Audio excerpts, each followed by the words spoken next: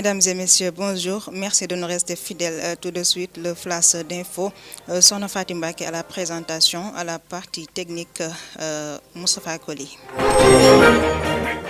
Le chef de l'État, Macky Sall, a donné ce mercredi le coup d'envoi des travaux de l'aéroport régional de Matam à Ourossogui. Selon des informations, ce projet d'un montant de 14 milliards de francs CFA entre dans l'exécution du PSE, plan Sénégal émergent, dans sa seconde phase.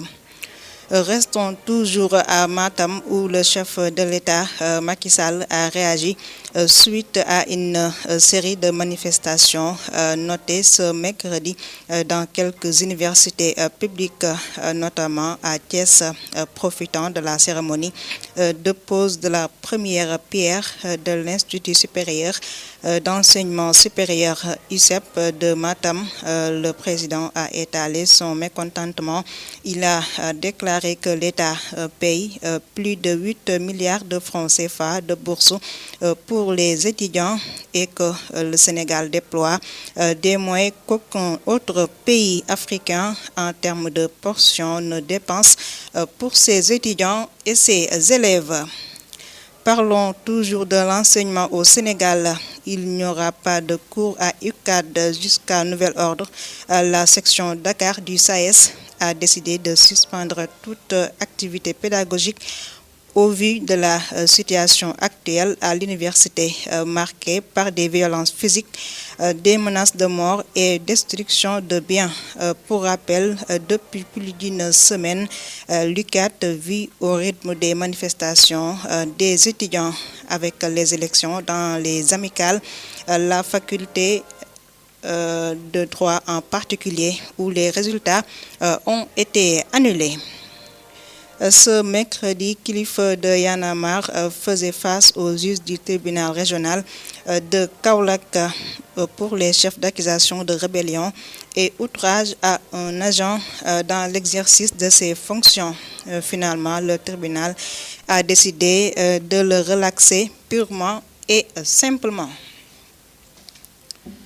Une forte pluie accompagnée d'un vent violent a fait des dégâts énormes du moins dans la nuit du jeudi 10 juin dernier à Tambacounda pour apporter son soutien aux sinistrés. Ce mardi 15 juin, le maire de la commune de Tamba, Mame Balla Lo, a effectué une tournée dans plusieurs endroits de la ville pour s'enquérir des dégâts causés par l'orage du jeudi. Ce 17 juin 2021 marque la 9e édition de la journée nationale des malades mentaux errants. Hier, le fondateur de l'association sénégalaise pour le suivi et l'assistance aux malades mentaux, Assoumana Dione, a révélé que l'État ne l'a pas accompagné dans sa noble mission dans un communiqué. Baye Modou Fall, alias Boy Djiné, qui avait entamé une grève de la faim depuis jeudi dernier, a mis fin à sa diète. Boy Djiné protestait contre ces conditions de détention et demandait à être jugé dans les meilleurs délais. Pour terminer, en Côte d'Ivoire, les partisans de Laurent Gbagbo attendent leur leader avec impatience. Après 10 ans d'absence, l'ancien président qui a été définitivement acquitté en mars 2021 par la Cour pénale internationale. Pour rappel,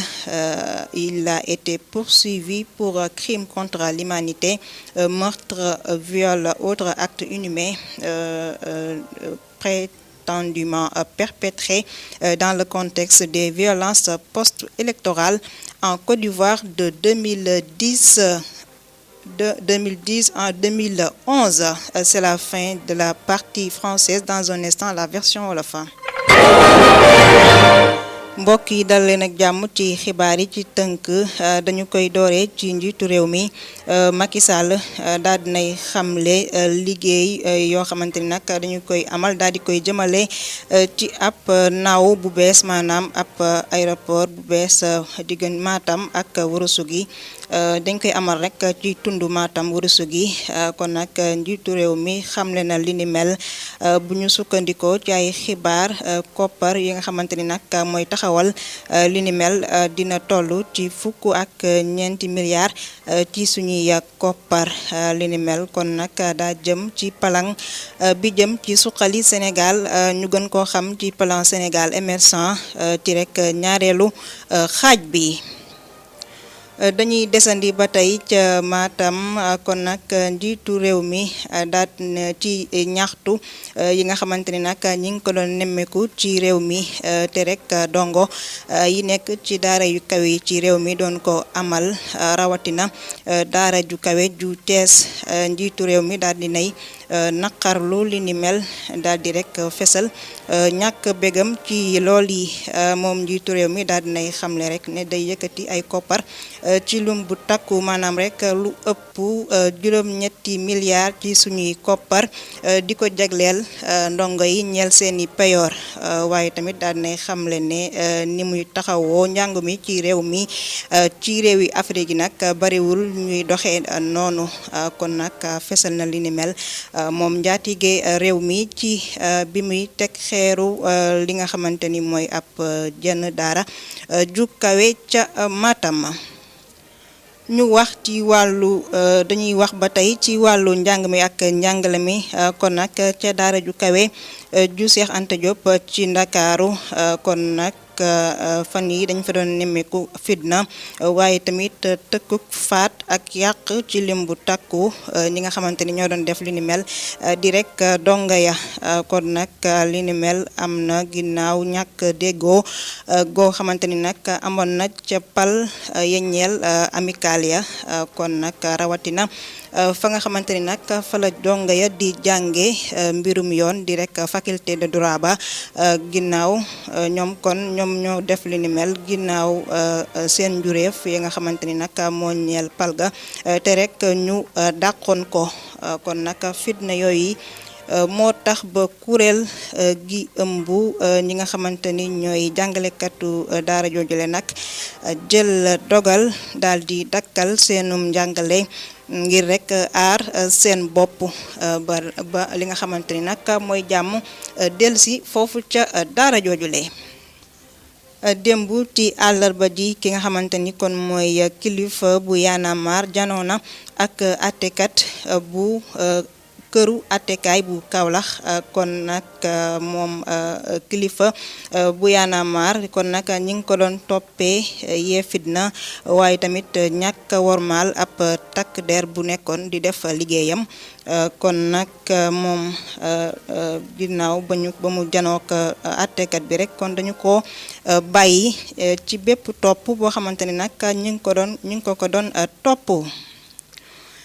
ab taw bu am doole boo xamante ni nag daa àndoon ak ngelaw daa daal di rek indi ay yàq ci lim bu takku ca Tambacounda kon nag li ni mel xew na guddik alxames li ni mel nag moo waral ba Faraba maanaam maire bu Tambacounda daal di jóg daal di rek dem talaata fukki fan ak juróom ci weeru juin dem nimmiku ña nga xamante ni kon nag ñoo yàqule ca taw ba ca Tambacounda. tey ji fukki fan ak juróom-ñaar ci weeru juin atum 2021 la ñuy nekk moo nekk bis bi nga xamante ni nag moom la ñu jagleel ñi yore wéradi xel ci réew mi nekk rek ci mbedd mi kon nag ka nga xamante ni moo jiite maanaam ka sos mbootaay gi topp ak jàppale ñi yore wéradi xel di Assoumana Dione daal nay xam ne démb ne rek ci liggéey boobu nga xamante ni mi ngi koy def di jàppale ñooñ ñi amee wéré di xel ñi nga xamante ni nag ñooy nguur gi kon duggaluñ ci benn yoon seeni yoxo kon nag li ni mel fesal na ko ci ab yëgle. Baye Modou Fall Boy Djiné kon nag moom doon na amal ab xiifal maanaam rek grève de la faim li ni mel kon dooroon na ko alxames ji weesu waaye nag bu ñu sukkandikoo ci ay xibaar dakkal na li ni mel moom kon Baye Modou Fall kon nag dina daal maanaam rek li waroon muy def li ni mel mooy ngir rek ñu àtte ko na mu gën a gaawee. mbokk yi kon xibaar yi dañu koy ndar keppe ca réewu Côte d'Ivoire ki nga xamante ni mooy Laurent Gbagbo nekkoon fa rek njiitu réew ma kon nag ay farandoom ña ngi ko fay xaarandi ca réew ma Côte d'Ivoire ginnaaw fukki at yoo xamante ni nag kon ñëwul ca réew ma li ko waraloon rek mooy yoon da ko doon toppee li nga xamante ni mooy crime contre l'humanité di rek faat waaye tamit jéemal ak faat askan wa di leen bundu xataal ak toroxal ci am fitna joo xamante ni nag kon dafa yeewoo woon ci jamonoy palgañeel njiitu réew ma ca Côte d'Ivoire li ni mel nag kon xewoon na ci atum 2010 jàpp atum 2011 mbokk yi kon foofu lañ ji yamane ak yéen soxna Faty moo nekkoon ci kàddu gi ndongali Moustapha Koli moo nekkoon ci xarala gi mbokk yi ñu ngi leen di ñaanal jàmm di ko sàkku ci yéen